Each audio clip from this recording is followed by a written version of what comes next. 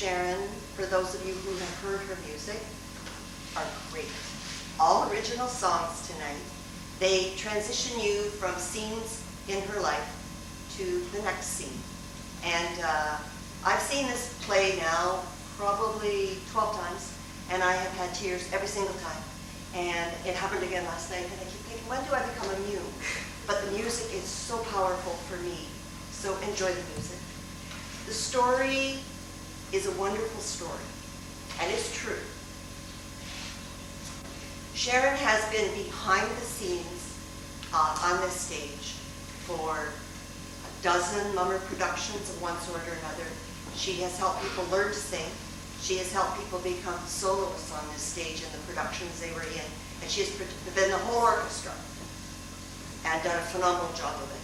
So coming out on stage here is a new experience for her as well. So please welcome Sharon Wickham.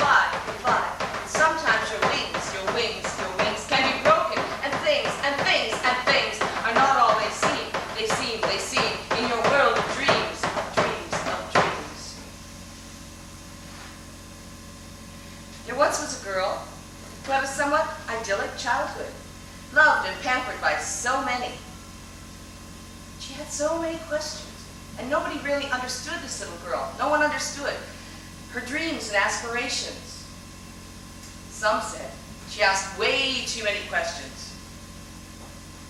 No one had answers. So the little girl set about trying to find the answers for herself. Eventually, she would find answers, but many of those came with much pain and difficult hardships. Somehow, the little girl never stopped believing, no matter how many people tried to discourage her and tell her she couldn't do the things she dreamed of. She never stopped dreaming, because to stop dreaming would have been death for her. Sometimes she lived more in her world of dreams than in reality.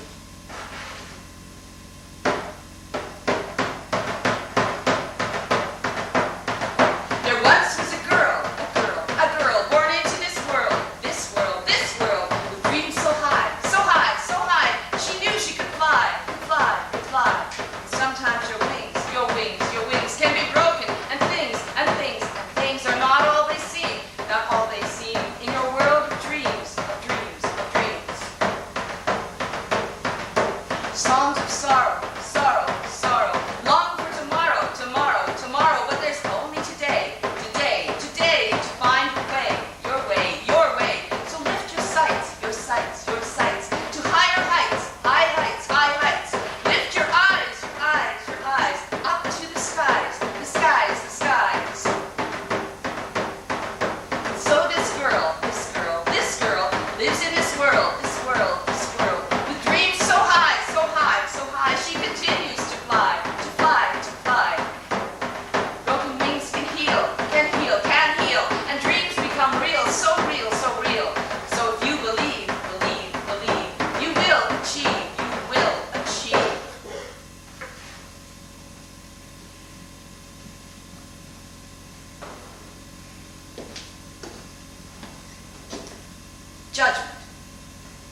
Judgment is common.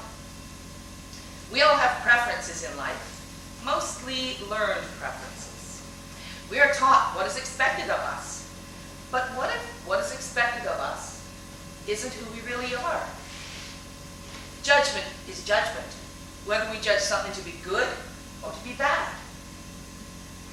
When we can let go of our beliefs and ideas about life, then we can stop holding back and embrace life and all of its possibilities. The little girl in the story was brought up in a proper religious home. She had lots of toys. She didn't lack for any creature comforts. She was loved. But sometimes that love was shrouded in judgment and expectations of what path you were supposed to follow. When the little girl began to deviate from the path she was supposed to follow, there were lots of comments. You need to act like a little lady. That's not what little girls do. Don't you want to go to heaven? The little girl didn't really want to act like a little lady, nor did she believe in the concept of heaven or hell. Questions went unanswered until the little girl could read and started to search for the answers herself. Sometimes the little girl tried to conform, but narrow-mindedness and judgment only led her farther and farther from the path she was expected to follow. When she finally embarked on her own in a wider world, she began to see possibility, but much of that came with a price. But there was never a question of not going on in life, growing in wisdom, and learning to love not only others, but herself. If you haven't guessed by now, that little girl was me.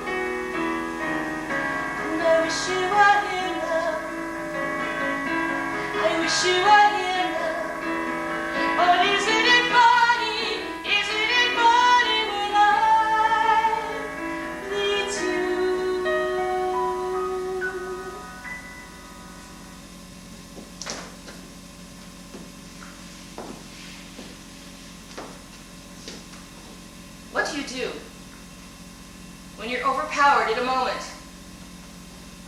and held down and violated in such a way as to leave you huddled in a fetal position. In your soul. Yes? Rape. Rape! One of the most degrading acts forced upon another human being against their will. A violent act. Not a sexual act. An act, rather, of power. Power over a weaker human being. You're left wondering, why? Why me? What did I do to deserve this?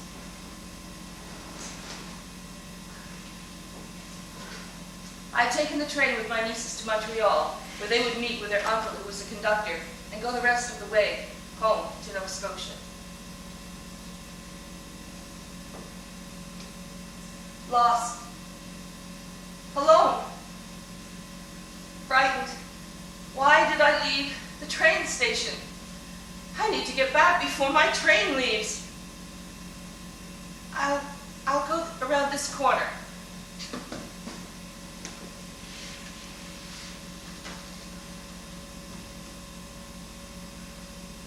May I help you? That's what he said. Did I look lost? Did he just suddenly appear? Or had he been waiting in the shadows, following? I don't want to remember his face, his hands, his brute strength. Oh, and the pain. And I hear myself screaming, no, please, no. Why did I leave the train station? I need to get back to catch my train. Why did I trust a stranger? Why?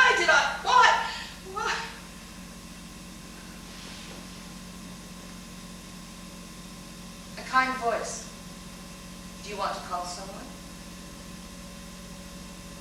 Call. I can't talk. I can't call.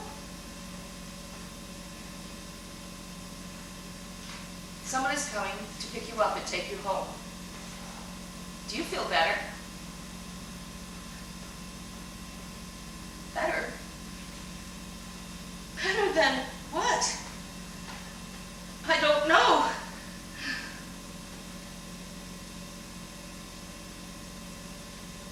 There's no use in filing a report. You don't know his name. You didn't get his license number. You chose to get into the car. But I thought he was being kind and taking me back to the station. I screamed. I tried to get out. But how can you prove that? People will assume you were willing because you got into the car. You chose to go with him.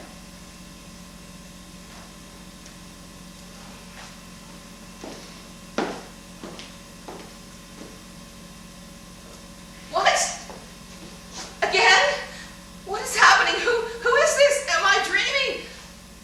No, I'm awake and he's on top of me and I hear myself screaming and then there's a hand over my mouth and the wall, I can bang on the wall and then my hands are pinned down and I scream again and how long can this keep going on? Why doesn't somebody hear me? How long can I keep banging and screaming and then suddenly the door opens and two people rush in and I see a gun and then he's gone. And I'm shaking and sobbing and frightened and angry and bewildered. And there he is, running out the door, trying to pull up his pants.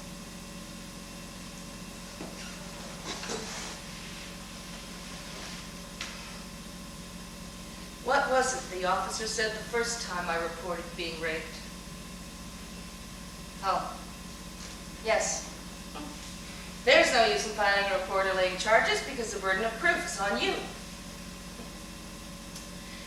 It would be extremely difficult to go through a court case such as this. You'd be better off just to get over it. There's little chance you'll ever be found, and even less chance you'll ever be convicted. Great. Just get over it. 4 years later, it's happened again. Different place, different circumstances.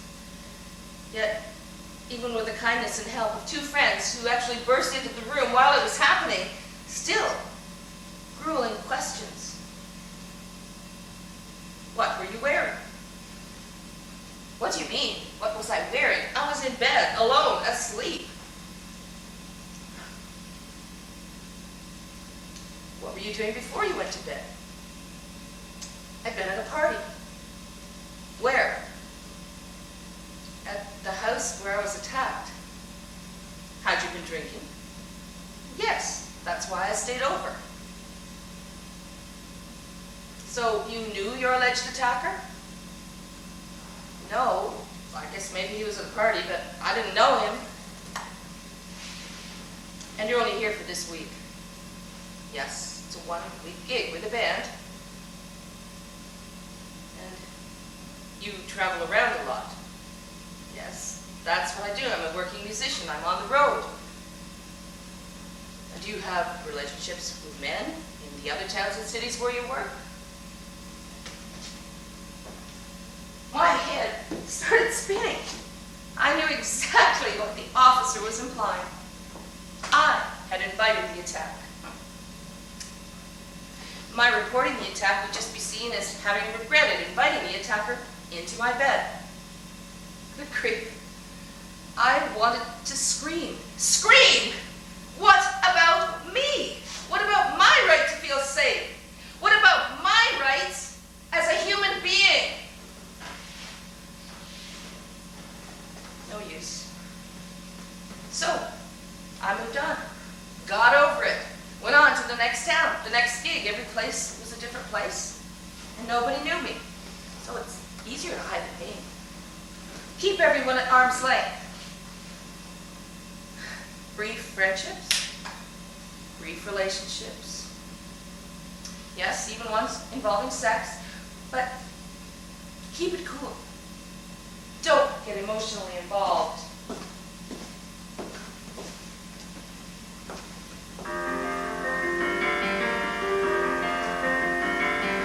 Don't understand where I'm going to. Maybe I just never will. It's been good just to stay here and knowing you. But time is too short to stand still. The snowfields are coming around.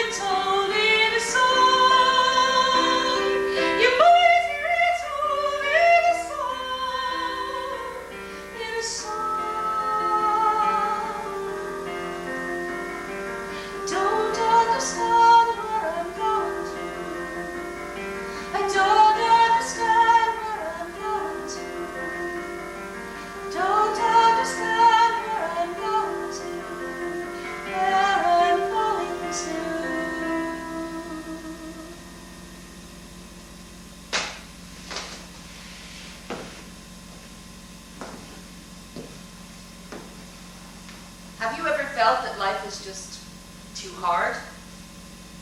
That you just couldn't get through another day? That everything was working against you? Have you ever been afraid that something might happen to you because something bad did happen once and might happen again? Have you ever been put down and made to feel as though you're nothing? Have you ever been threatened or mentally or physically beaten? Have you ever wondered why God or the Spirit of the universe let such terrible things happen to you? What did you do to deserve to be hurt and punished? Have you ever felt that you just keep trying and trying, but you can just never get things right? Have you ever felt that if you could just stop feeling, that maybe the pain would go away? I've learned throughout my life that in order to really feel joy, you actually have to feel pain first. Many great writers and poets have penned words that talk about the relationship between joy and pain. Quote, "When love comes, you must go where it leads, though you bleed for the pain and joy of it."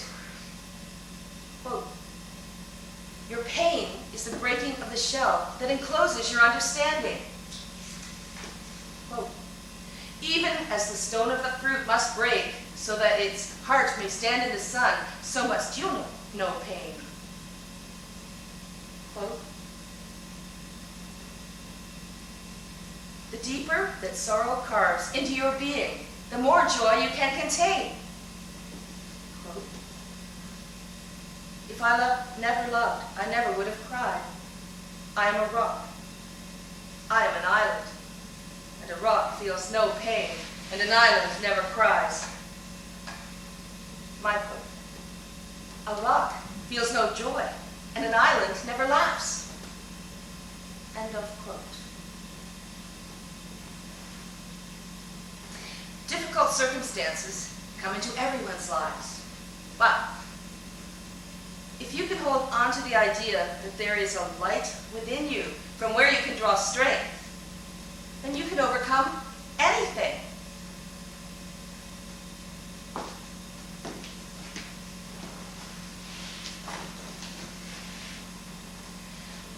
I remember the feel of his hands on my throat as I lay on the floor.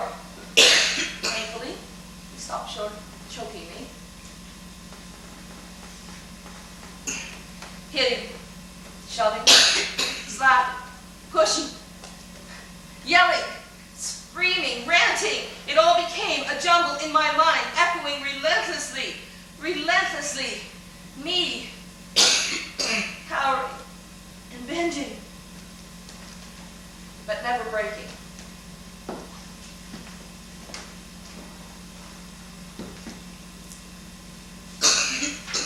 "You are unclean. I can't have sex with you because you're not pure."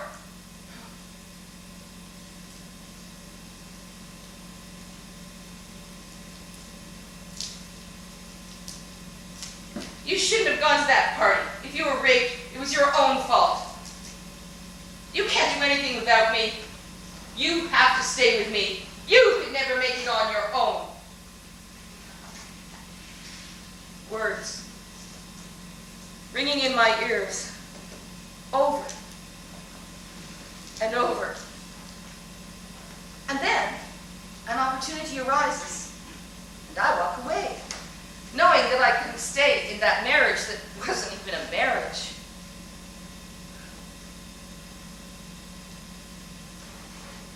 Separation, divorce. Why do people think those are such terrible things? Is it better to be so hurt, so humiliated, so damaged, than to just walk away?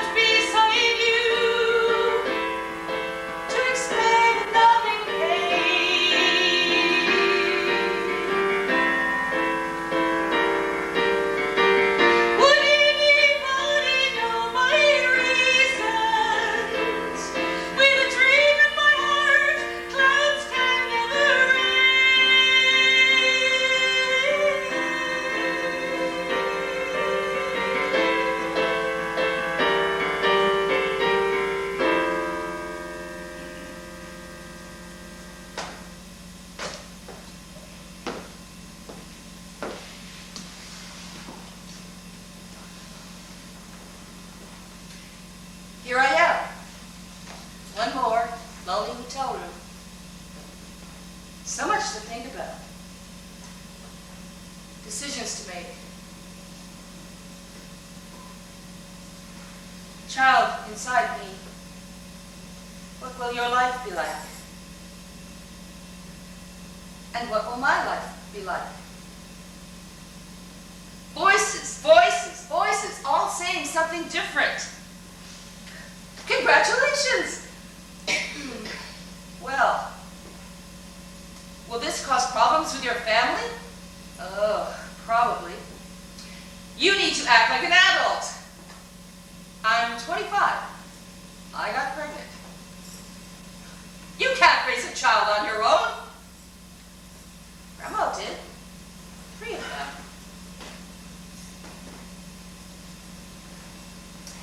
Don't you want to go to heaven? What kind of a question is that? I'm not having anything to do with it. I don't recall asking you for any help. Voices, voices, voices. If she had ever been really raped, she would never have had anything to do with a man again. Judgment. Judgment is judgment. But doesn't everyone have the right to deal with what happens to them in their own way? Me? Pregnant. Unmarried. No longer in a relationship, so I'm told. Still playing with the band. Still on the road. 25 years old. Not a teenager. A young adult. What to do? Too late for an abortion. Already 3 months along. Adoption. Something to consider. But I know I can never let someone else raise a child of mine. Still, might be better to let people think that.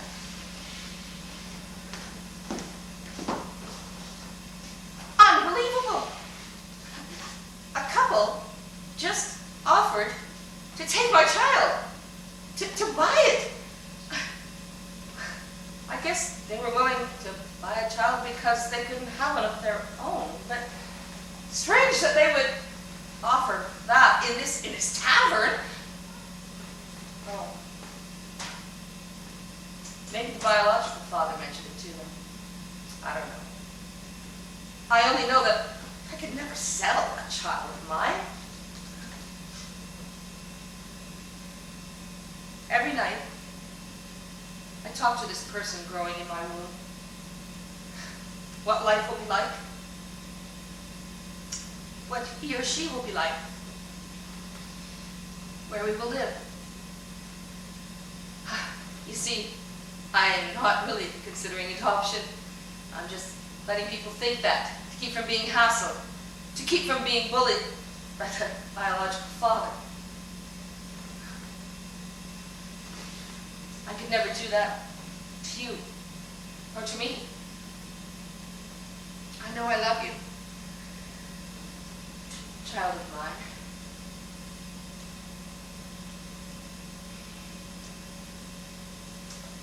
A rainy Sunday night, between gigs, living in a house with 5 band members, 5 male band members. We're all packing, getting ready to move to Southern Ontario from Sudbury, and whoosh! Oh my God! My water broke!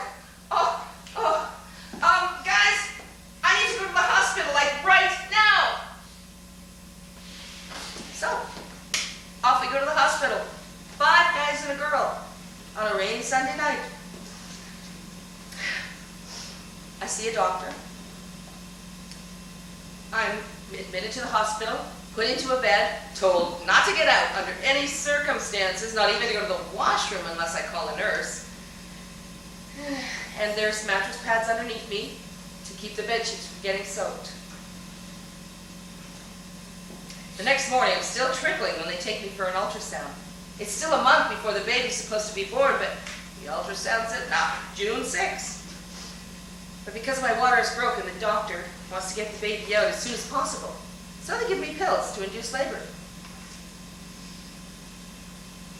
By 7 o'clock that night, nothing's happened. So they're going to give me intravenous inducement in the morning. Surprise, surprise, an hour later, contractions start.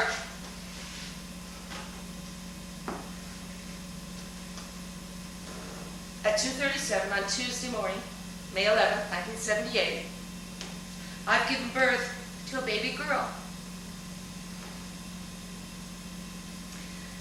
Funny how people have different reactions. All of the guys in the band were happy and excited, except one, the biological father. One night, all of them came to visit me in the hospital. You should have seen it, 5 guys going down the hall to my room. The head nurse was so annoyed. "Where do you think you're going, gentlemen?" "We're the father," came the reply. You should have seen the look of shock and horror on that nurse's face. Fortunately, the doctor was there, and he said, "It's okay, let them go." I don't know if she ever got over that one. Meanwhile, back at the house, I moved into a room of my own with my baby. He is still fuming.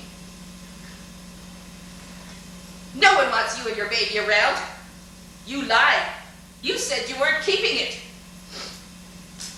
Oh, by the way, since you're keeping it, what are you going to call it?" Her name is Spring. I don't like that name. Her name is Spring.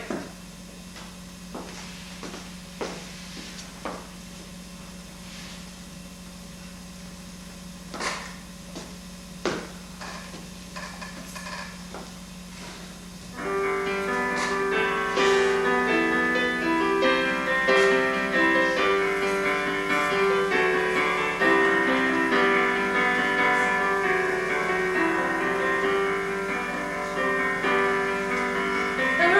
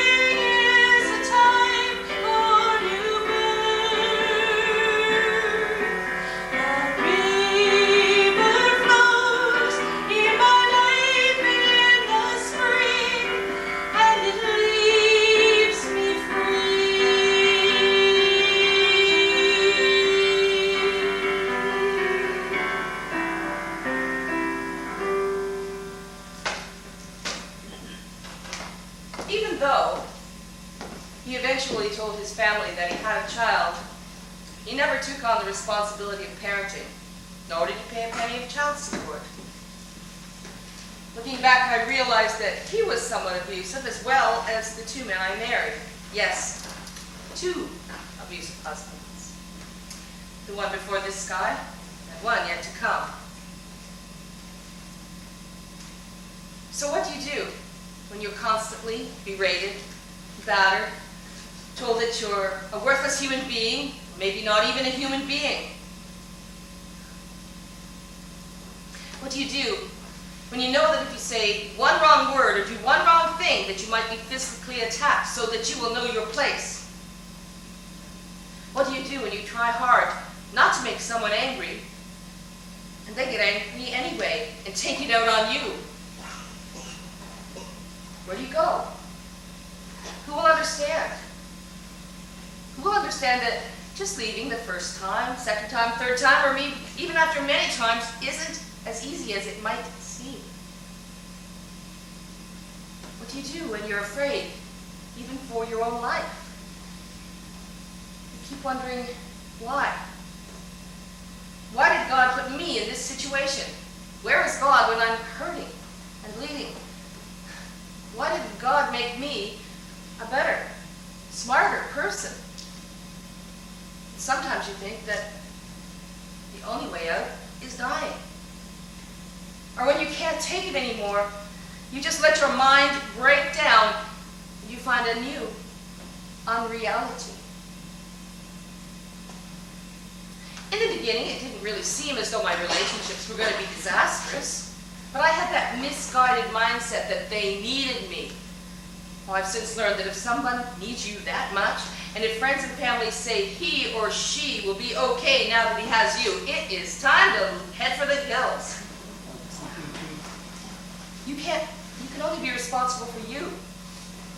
You can't change or fix another person, not even if you love that person.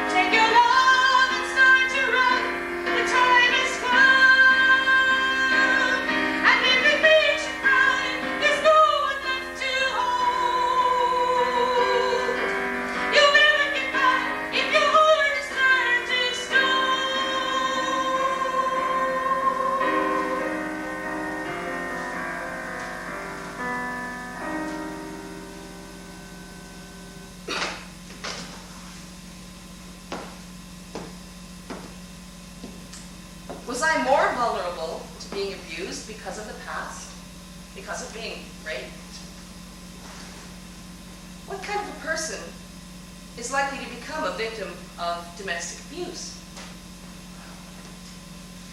There really isn't a particular kind of person who is likely to become abused. It can happen to you. Maybe it is happening to you. It happened to me.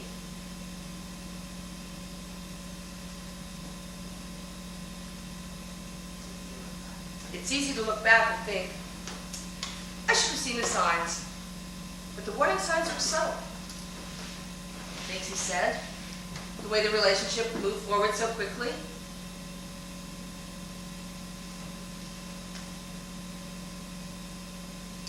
You are the only person who understands me. You're all I need. You're wonderful. You're different than other women. I can't let you go. And then, the negative and disrespectful way that he spoke about his ex-wife and other girlfriends. Warning signs.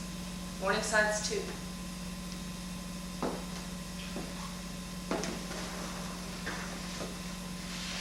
You are disgusting. You've gotten fat. You're not attractive. Why don't you clean this place up? Work? You? Work? You just sit around watching children all day. You could never leave me. You can't get along without me. If you ever try to leave, no one will ever want you.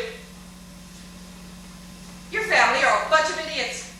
You are crazy. Mentally unstable. You need to get help. You could never make it on your own. You haven't done anything new or moved forward in any way since I met you. You make me mad. If you try to leave, I'll get custody. No one will believe you.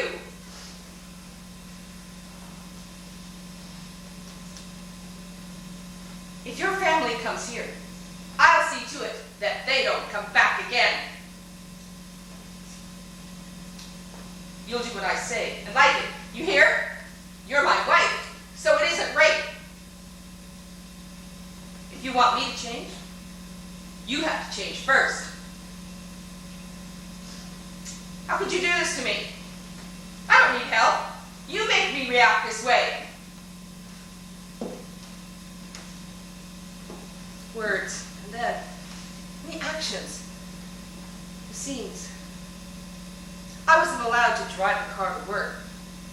He had to drop me off and pick me up, even though he didn't have a job. And sometimes he just didn't show up. There were times like the Friday nights when I'd take my children to their grandmother's house so they could go to dance classes the next morning. And I walked the 10 miles home so no one would know. He interfered and prevented me from getting a really good job at a resort because the theater company wouldn't hire him too. He threw my asthma inhalers out onto a busy road because they were drugs, and if he couldn't do drugs, then I couldn't do drugs. In a rage about my lack of talent, he threw my electric keyboard at the wall. He broke down the door when I locked him out after yet another tirade.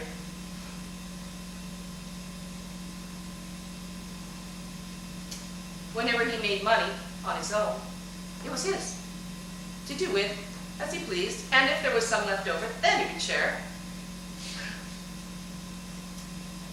Everything I earned went to household expenses and bills. And there was so little that for 2 years I washed clothes by hand while holding down 2 jobs. He pinned me against the wall, shouting threats at me, and menacingly held a lit cigarette to my face, and at one point, he even had his hands around my throat. He threw things at me. A glass, an iron, a knife. Sometimes he drove recklessly, or when I was driving, he would grab the steering wheel erratically. Why? I don't know. The words, the scenes went on and on. The marks on my arms that looked like handprints. The disgust and banishment when I had the asthma attacks. One time, my girls and I huddled in a bathroom stall, frightened because I couldn't breathe, words of rage ringing in my ears. And then there were the apologies. I'm sorry. It won't happen again. I don't know what I'd do if you ever leave. I can't live without you. All designed to make me responsible for his well-being.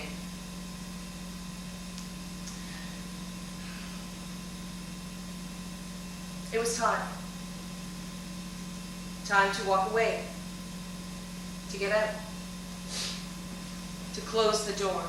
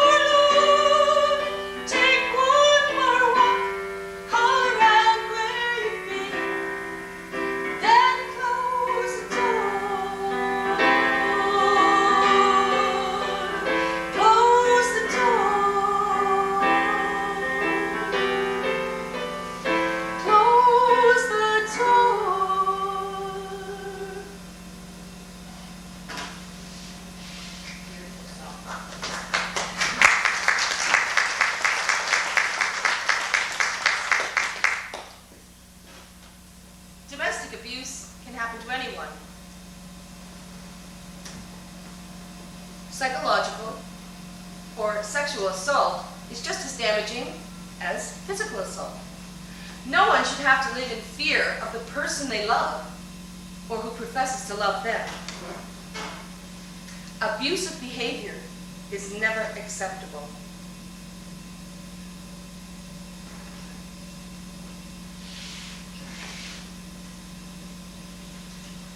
I forgot my words. You don't have those. We don't know, so doesn't matter. She forgot too. I'm really lost. No, that's not there. It's not there. Yeah. I know. Never mind. I got it.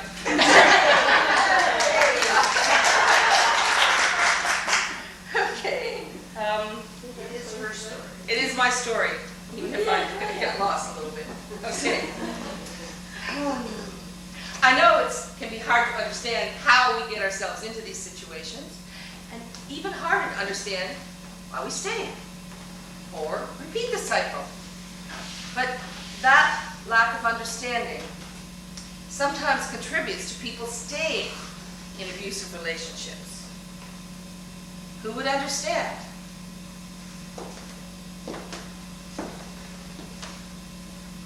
I wrote in my journal,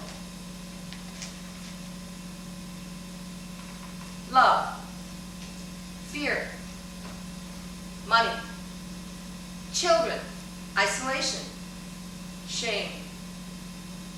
These are the reasons I stay in this abusive relationship.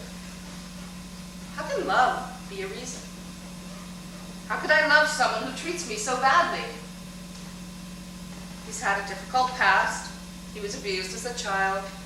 He's stressed out or he's drinking or doing drugs. I guess I thought I could fix things for him.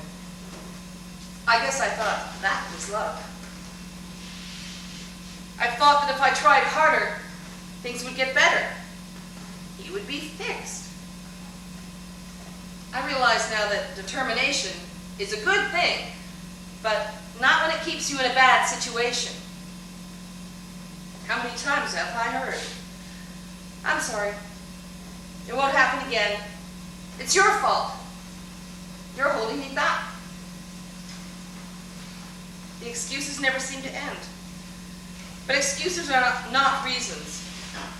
Excuses are not reasons. I'm at a point in my life where I pray that my partner just will not come home. I don't care where he is or what he's doing as long as he is away from me.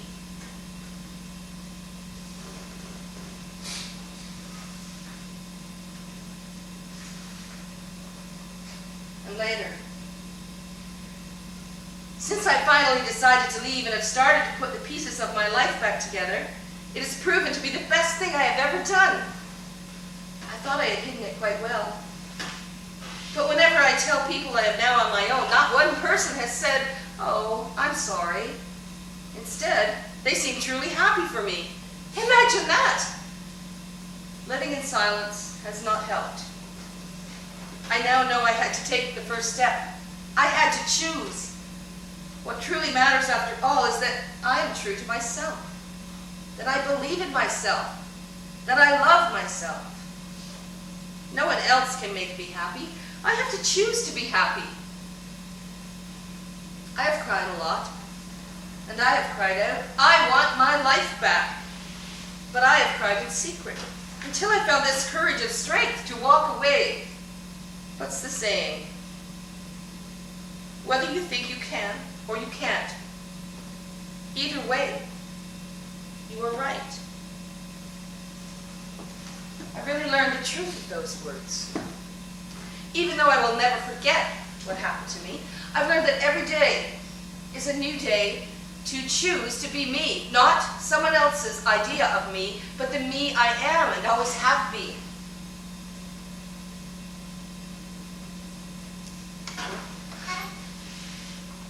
Sometimes I still stumble. Sometimes I am afraid to trust. Sometimes it still hurts to remember. But the past is the past. And all I have is right now to choose what is best for me.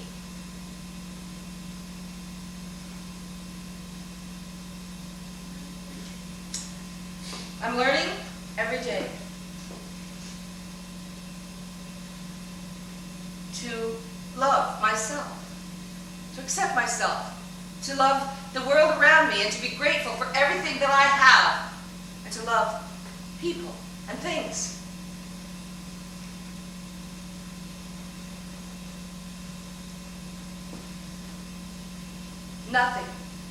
Nothing is too big for the force of love. Abuse is not love. Abuse puts you down and keeps you from realizing your potential. Love lifts you up and helps you to obtain your goals. I know how hard it is to believe in yourself when you're being constantly put down. But I also know what it means to break free because you have believed in yourself. What am I thinking? I'm thinking that we all have the potential to be all that we can possibly be. Only you can choose.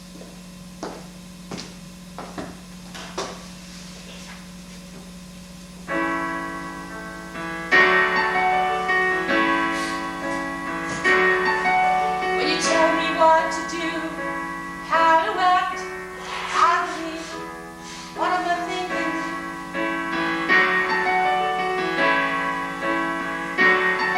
When you tell me I am worthless and no good, I believe. What am I thinking?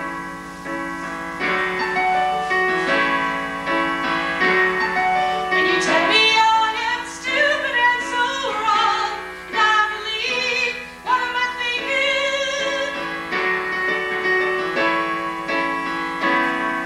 When I make excuses for the way you treat me, when I cover up the pain and agony, what am I thinking?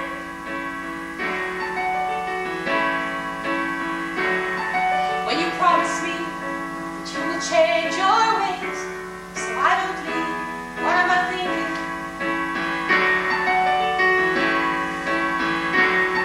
When I'm so afraid that others will blame me so I don't leave, what am I thinking?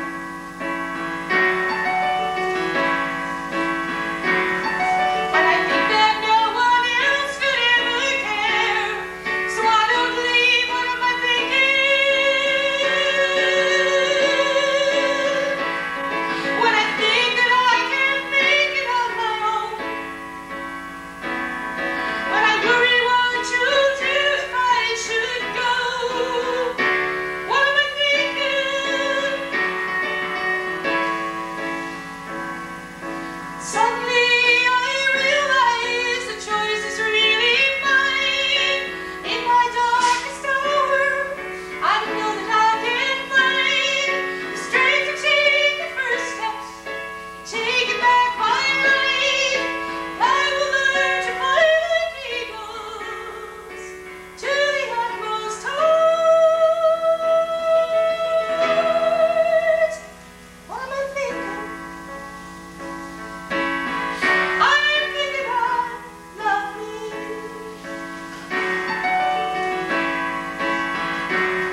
When I think that I'm the one who made you mad, I'm afraid. What am I thinking?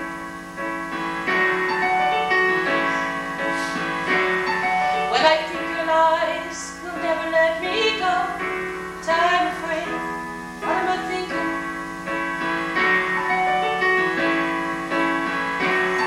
When I think your passion gives you an excuse, I'm afraid. What am I thinking? When I know that it's not right to be so shamed, when I just can't find a way to break the chain, what am I thinking? Suddenly I realize the choice is really mine. In my darkest hour, I know that I can find the strength to take the first steps in taking back my life. I will learn to fly like eagles into the utmost height. What am I thinking? I'm thinking I love me. I'm thinking I love me. I'm thinking I love me.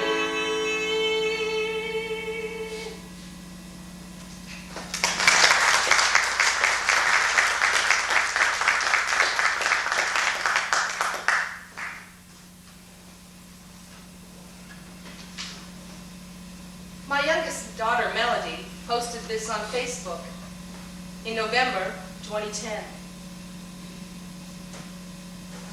Violence is not love.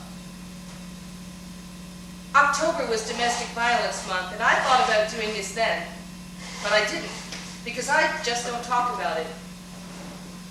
I'm feeling empowered and open, and being friends with some new beautiful ladies inspires me to share. Domestic abuse is described in terrible statistics. It's shown in graphic commercials. You hear about it from people gossiping.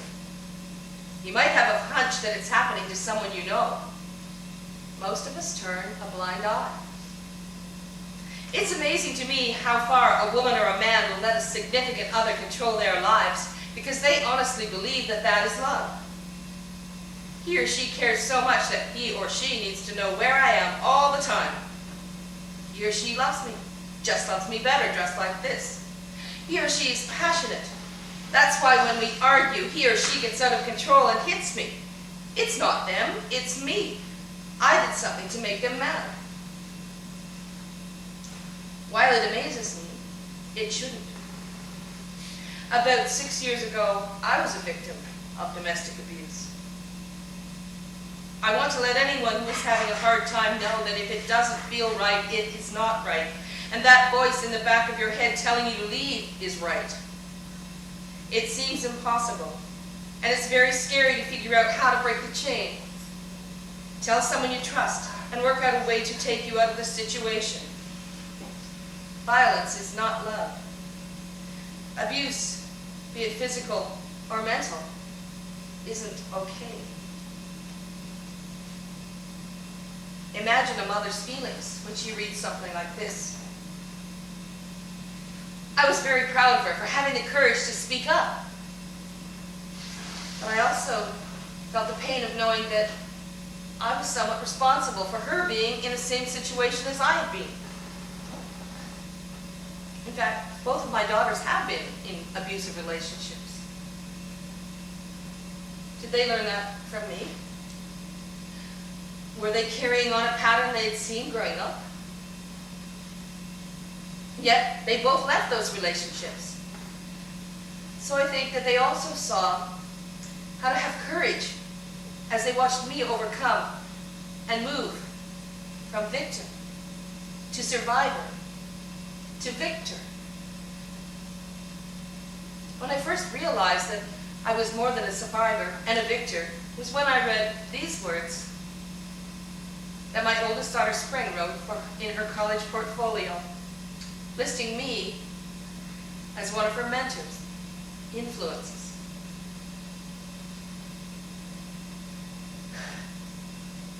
The first person who deserves recognition for having a dramatic influence over my life is my mother, Sharon Darlene Wickett. Starting at a very young age, she taught me about the value of life and that I should cherish and be thankful for what I have and strive to obtain my dreams.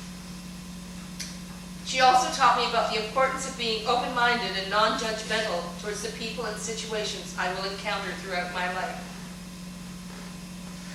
She is a woman who has achieved so much and overcome many hardships throughout her own life, and I will always look up to and learn from this amazing and talented woman. Wow. I was then beginning to put the pieces of my life back together, and I realized my daughter is my cheerleader. In fact, both of my daughters have become my mentors and my best friends. Even a few years ago, rape and domestic abuse wasn't really in the forefront of most people's concerns. Thankfully, that is slowly changing. But it's not enough just to recognize the problem. Attitudes of all peoples and cultures need to change. We are all human beings.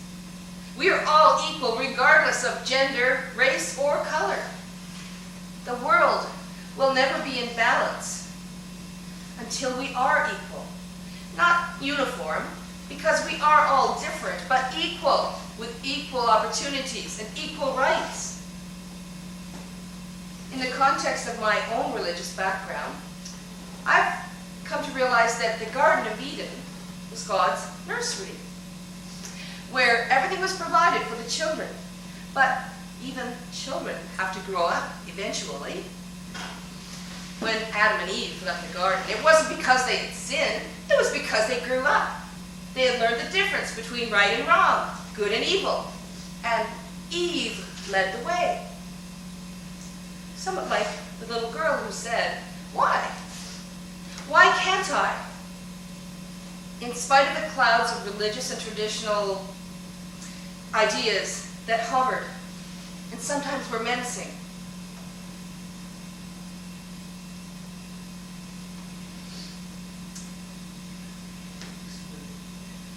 women, excluded from the mystical cult of Father, Son, and Holy Ghost, left at the foot of the cross, but left to be strong, to pick up the pieces.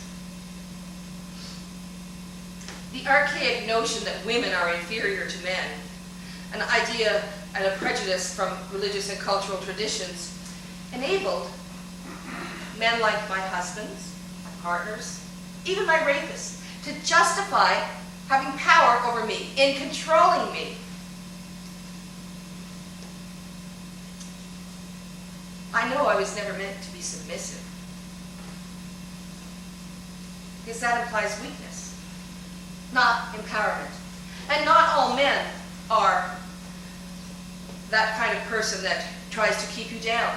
I had a wonderful, loving father who totally believed in me, even more than my mom did sometimes. I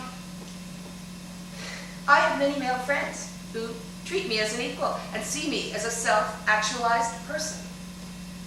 And all through all of this, I always fought back, even if sometimes it meant risking my life. Now, I see the fruits of my struggles, not only in myself, but in two beautiful, empowered young women. My daughters are equal. My daughters are smart. My daughters are capable. My daughters are strong. My daughters are invincible. I am equal. I am smart. I am capable. I am strong. I am invincible.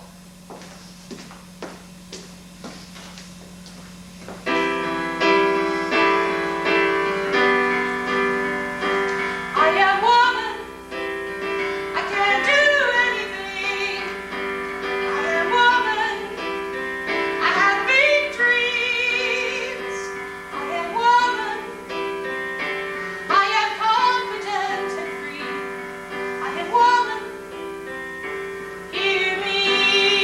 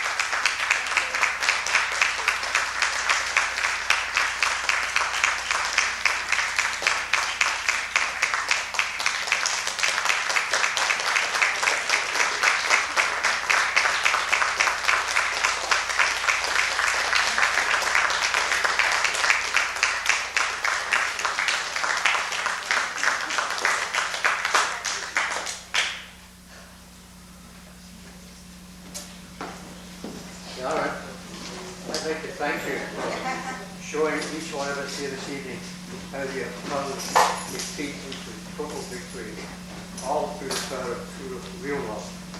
Thank you. Thank you. Before you go, I think I want to meet Spring. She's here tonight. Here's Spring.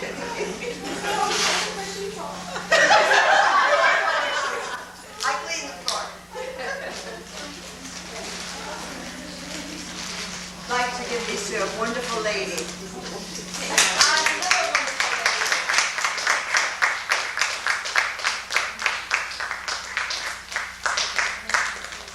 Both of them.